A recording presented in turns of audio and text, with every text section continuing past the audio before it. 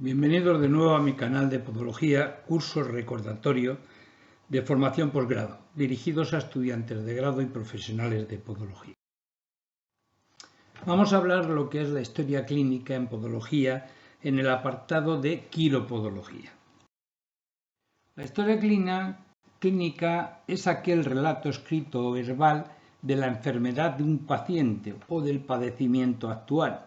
Se trata de un episodio de la bibliografía médica del paciente que se amplía a sus remotos antecedentes, tanto familiares como personales, sobre la enfermedad del paciente. Según el Diccionario de Terminología de Ciencias Médicas, la historia clínica es una relación ordenada y detallada de todos los datos y conocimientos, tanto anteriores, personales y familiares, como actuales relativas al enfermo, que nos va a servir de base para el juicio acabado de la enfermedad actual. La base fundamental e indiscutible para el diagnóstico es la anamnesis. La historia clínica incluye desde la entrada del paciente hasta su alta. ¿De qué se compone la historia clínica? Pues la historia clínica, en primer lugar, se compone de un apartado que es la anamnesis o interrogatorio. Después la exploración, la evolución de la enfermedad y la epícrisis, que es el final de la enfermedad. Antes de la anamnesis hay que poner la fecha y lugar donde se está realizando la consulta al paciente, a continuación el nombre del profesional que realiza la consulta, continuamos con los datos de filiación, nombre, apellido, lugar de nacimiento, edad y sexo, ocupación del paciente, residencia habitual, teléfono, raza y etnia. Para mantener un orden dentro de la historia clínica, esta debe ser numerada de forma que tengamos un número de personal de historia clínica y una numeración de las diferentes hojas del paciente. La anamnesis e interrogatorio es la base fundamental e indiscutible del diagnóstico. Al terminarlo hay que tener una presunción diagnóstica ya clara. Es la parte del examen clínico que nunca se ha de escatimar tiempo y es la parte que exige mayor ciencia y experiencia del facultativo. La anamnesis va a comenzar con 3 preguntas. La primera, ¿qué le pasa? ¿Qué quiere decir? Que porque acude, el motivo, qué le está ocurriendo, ¿no? ¿Qué le pasa? La segunda es ¿desde cuándo? ¿Desde cuándo le pasa esto? Y la tercera, ¿a qué lo atribuye? ¿Qué le parece a usted que puede ser la causa de la dolencia? ¿A qué lo atribuye usted? La anamnesis se continúa con los antecedentes personales del paciente, fisiológicos, cómo se desarrolló su biomecánica de esa persona, hábitos tóxicos, alergias, reumatismo y enfermedades reumáticas, infecciones.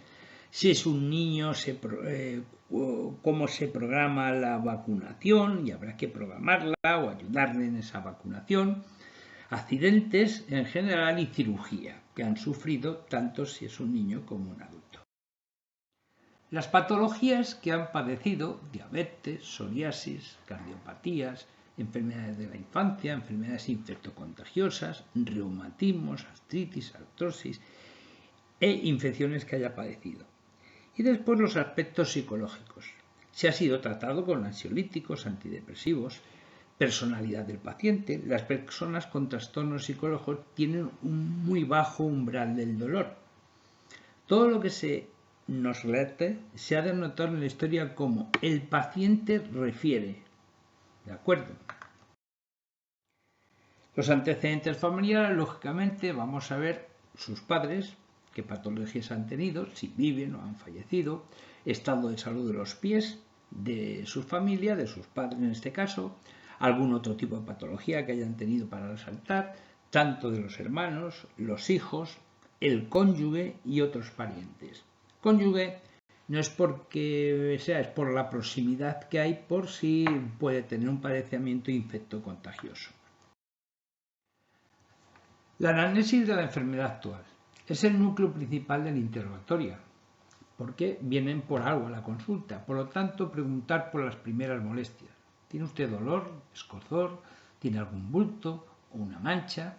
Concretar la fecha del comienzo de los síntomas, fecha real del comienzo de la patología. ¿Cómo van evolucionando sus síntomas? ¿Cómo han ido evolucionando cronológicamente comparados? En este interrogatorio hay que llegar hasta la molestia o enfermedad actual. Una vez llegada la enfermedad de la que se trate, a consulta hay que hacer una análisis actual sistemática por aparatos. De tal forma que vamos a ver los siguientes aparatos: cómo está el sistema respiratorio, el sistema circulatorio, el sistema digestivo, los metabolismos, el aparato locomotor, el aspecto psicológico del paciente y su piel. Vamos a hacer un análisis que está relacionada con la podología, como si ha tenido problemas dermatológicos o dolores. Para formarse una idea del dolor que padece el paciente, habrá que hacer un esquema pluridimensional que abarque todas las facetas del dolor, es decir, que hace falta realizar un detallado análisis anésico del dolor en magnitud y calidad. Es necesario, por lo tanto, que sea muy detallado, como vuelvo a recalcar, este tipo de análisis. Se realiza un procedimiento sistemático. Notas espaciales, por ejemplo, topografía, situar el dolor en el espacio corporal donde está, donde le duele. Extensión, área de la zona donde le duele, hasta dónde le duele y si el dolor está circunscrito a esa zona o es difuso. Irradiación, si tiene propagación de ese dolor o se le irradia algún otro tipo de. Antigüedad del dolor, se confirma que con la edad de la enfermedad se anota de forma cronológica. Cronología del dolor, cuando le ocurre, en estas horas, en los días, en la noche, cualquier cosa. Ejemplo, por ejemplo, una tendinitis es un dolor reciente, el papiloma no es un dolor reciente. Duración del dolor, pues es breve, entra en crisis con él, tiene serios ataques dolorosos, es un dolor continuo. Si aumenta al realizar alguna actividad o bien si disminuye, también es importante. Frecuencia con la que se presenta el dolor. Este dolor de forma esporádica es una crisis única o continuo, típico por ejemplo de las neuralgias. Horarios, dolor nocturno, como ocurre con la gota o la diabetes, neuropático. Dolor matutino, que es inflamatorio. Dolor a lo largo de todo el día, que es mecánico. Calendario, distribución durante el año del dolor. Ritmo evolutivo del dolor, si el dolor ha sido en progresión o en regresión, si se ha ido modificando, si el dolor se ha estacionado. Aspectos cuantitativos del mismo, la intensidad o grado del dolor, si el dolor ha sido débil o grave y si es soportable o insoportable. Es un dato subjetivo, depende de cada persona. Relación intensidad-tiempo, ver la evolución o curva del dolor durante la época de crisis o acceso del dolor, qué intensidad, cuánto dura, etc.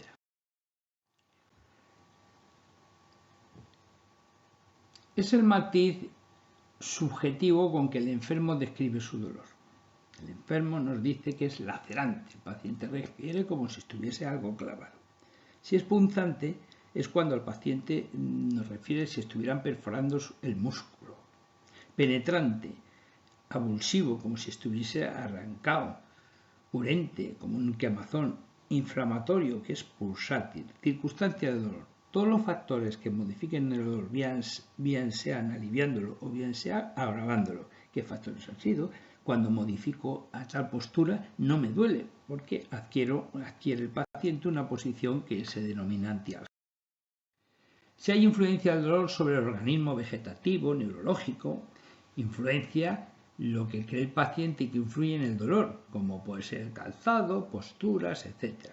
Tipo de dolor neurálgico, que es un dolor proyectado según el trayecto del nervio, es de carácter intenso, pero breve, dan crisis, suele haber puntos dolorosos a la presión. El dolor vascular o isquémico suele ser arterial, se denomina claudicación intermitente, aparece con el esfuerzo y remite con el reposo.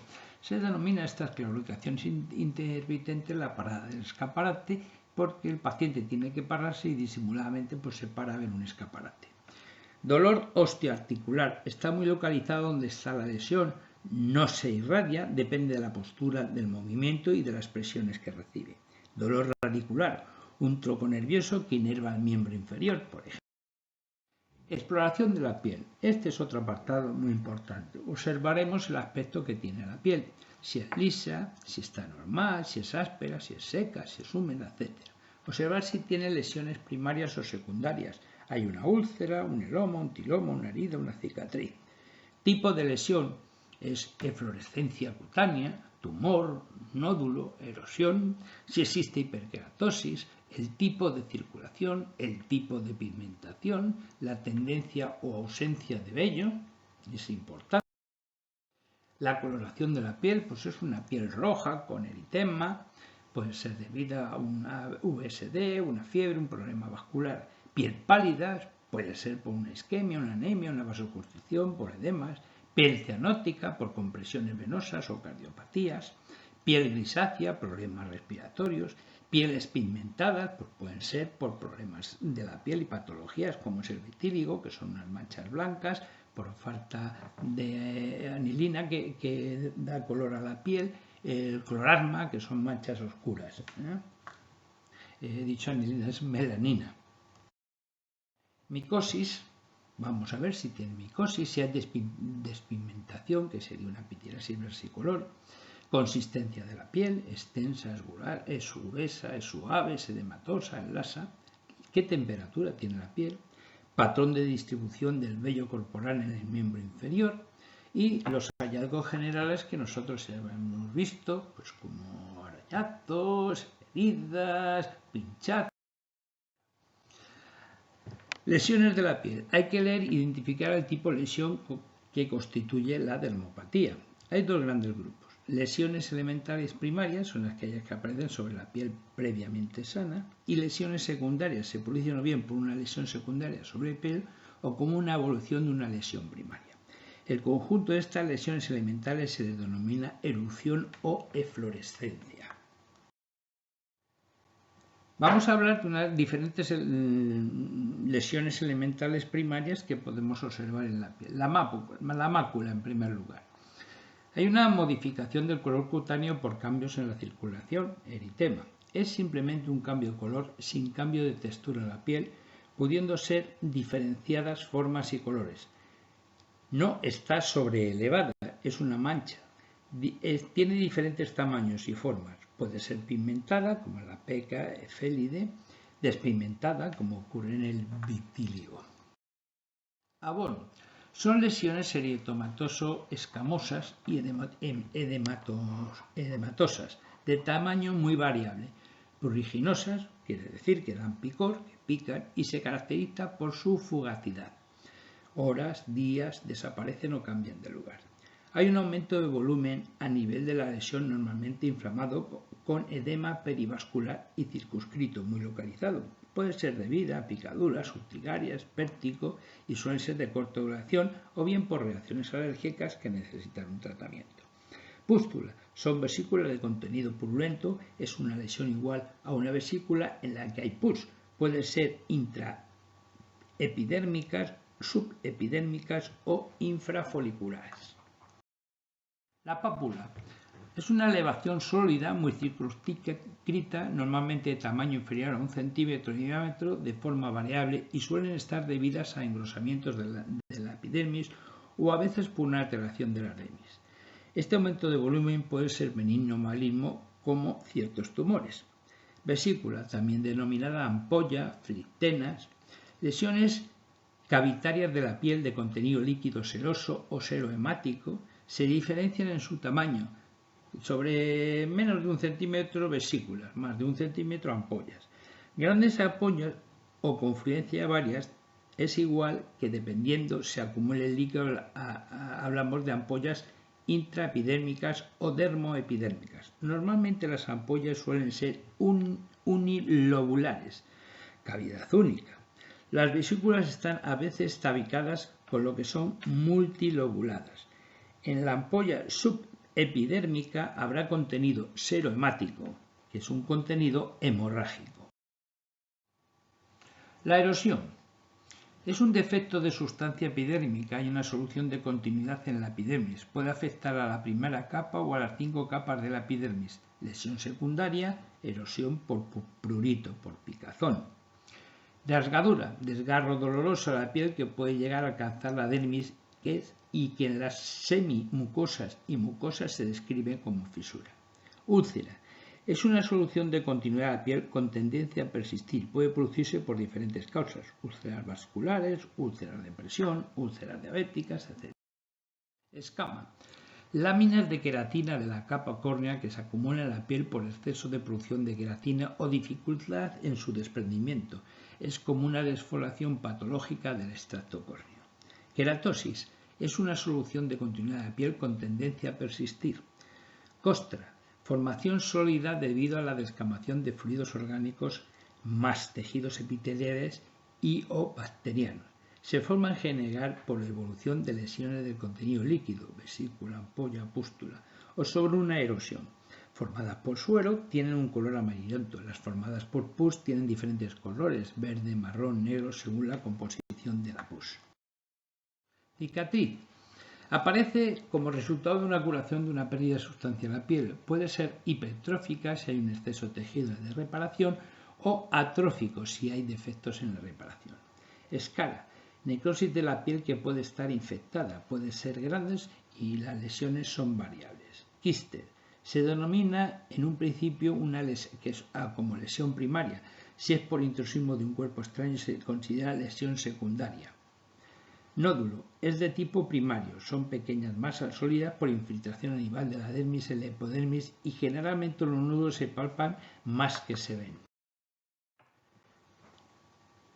¿Qué parámetros de disposición y distribución de este tipo de lesiones primarias y secundarias que también tendremos que anotar? Hay que medir la lesión para observar su evolución. Hay que vigilar su forma si es regular, suelen ser benignas, o irregular, que pueden ser malignas. Los límites, si son definidos o difusos, patrón de la difusión. La disposición es la forma en que las lesiones fundamentales se relacionan entre sí y esto puede ser de forma aleatoria o de forma lineal. Puede verse en dermatosis por causas externas, dermatosis, rascado, herpes, verrugas planas, etc. De forma circular. Pueden ser anulares, cuando la lesión empieza a curar en su parte central y queda solamente un anillo periférico. Policíclica. Se produce cuando varias lesiones circulares se aíslan y llegan a confluir, o bien porque se aumentan de tamaño, o bien porque no están demasiado lejos unas de otras y hacen como si fuese casi un mosaico. Girada. Se produce cuando el anillo periférico de una lesión anular cura en parte y va dejando fragmentos como formando arcos.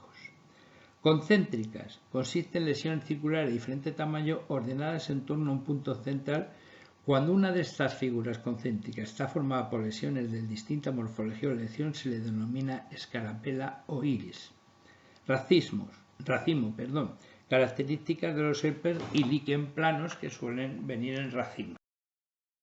Patrón de distribución. Es en el que se va a ver la localización. Estamos hablando cuando se extiende la lesión por una zona del organismo o al resto del organismo.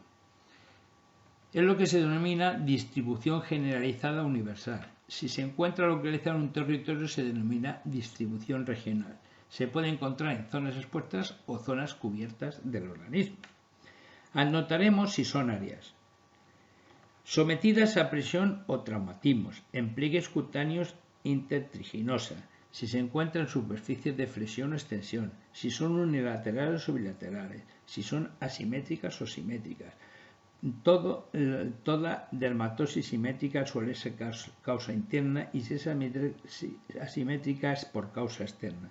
Si se localiza o no en folículos pilosos, se hablará de distribución folicular. Entonces, esto se denomina diagnóstico topográfico. Técnicas exploratorias.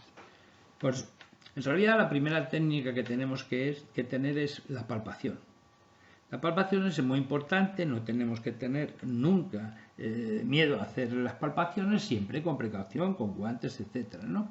Determinar la consistencia que tiene la lesión, si es blanda, es dura, la textura, si es áspera, lisa, rugosa, el grado de humedad, la profundidad de la lesión, planos superficiales y profundos y adherencias de dichos planos, la temperatura de la lesión, si tiene sensibilidad a la palpación, o una serie de pruebas complementarias en la piel que podemos hacer para su mejor observación, como una lupa de aumento. La lámpara de Bohr es una luz fluorescente de radiación ultravioleta que se utiliza para ver ciertas dermatosis. Bajo esta luz la piel normal presenta un color débilmente azulado. La piel con hongos, el color varía entre verde y amarillo. Si hay un eritroma, el color será rosáceo. Examen directo a microscopio. Se utiliza para determinadas infecciones, generalmente usado para dermatosis infecciosas. Se emplean tinciones especiales. Se pueden realizar biopsias y cultivos ante cualquier tipo de infección en la piel, con una torunda o con raspado. Se pueden realizar pruebas alérgicas porque puede tratarse de una dermatitis por contacto, que son reacciones de hipersensibilidad.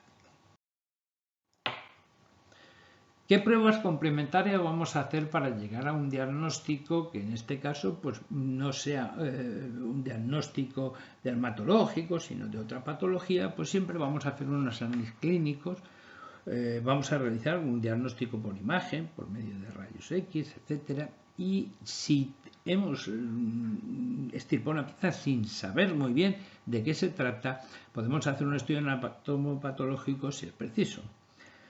Una vez que se tiene el diagnóstico, ya digo, debe ser preciso. Y el tratamiento se describe en la historia clínica, el procedimiento y sus pautas hasta que se llega a la epícrisis final. ¿Qué resumen haríamos de la historia clínica y sus componentes en quiropología? Abrimos la historia clínica con todos los datos del paciente, etcétera, y su numeración. La anamnesis, los antecedentes, el padecimiento actual, la exploración, la toma de constantes, las pruebas complementarias que hemos realizado y el diagnóstico. Una vez que tenemos el diagnóstico, añadimos el tratamiento y la conclusión del mismo, tratamiento, seguimiento, etcétera. Existen otro tipo de historias clínicas, como sería la historia clínica prequirúrgica, que es similar, pero que tiene algunos añadidos. La historia clínica prequirúrgica tendremos que hacerla igual, abrir esa historia con su numeración, los datos del paciente, anamnesis, antecedentes, padecimiento actual, exploración, toma de constantes, pruebas complementarias y llegamos al diagnóstico. Y de ahí vamos a hacer un tratamiento quirúrgico propuesto al paciente. Y vamos a ver el riesgo anestésico que pueda tener el paciente y a qué tipo perfectamente encuadra el paciente según la clasificación ASA. Vamos a darle una correcta información y antes de realizar cualquier tipo de procedimiento necesitamos el consentimiento informado del paciente firmado para poder hacer la técnica que hayamos hablado con el paciente, técnica que puede ser de curación total o correctora de la patología que presenta. Analítica. Tenemos que pedir una analítica preoperatoria y tenemos que tener todo el material quirúrgico preparado cuando se va a realizar el procedimiento, la preparación del paciente, el campo quirúrgico y la preparación del personal, que es importante. Y así ya podemos pasar al procedimiento quirúrgico que hemos indicado.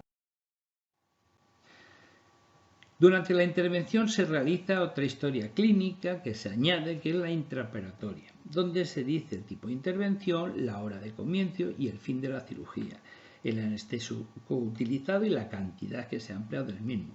Si ha habido fármacos pautados también, la hemostasia, cómo se ha realizado, el instrumental, qué equipo quirúrgico está haciendo la estancia, si hay anestesistas, ayudantes, enfermeras, etcétera, y las incidencias que se hayan podido ocurrir durante el proceso intraoperatorio.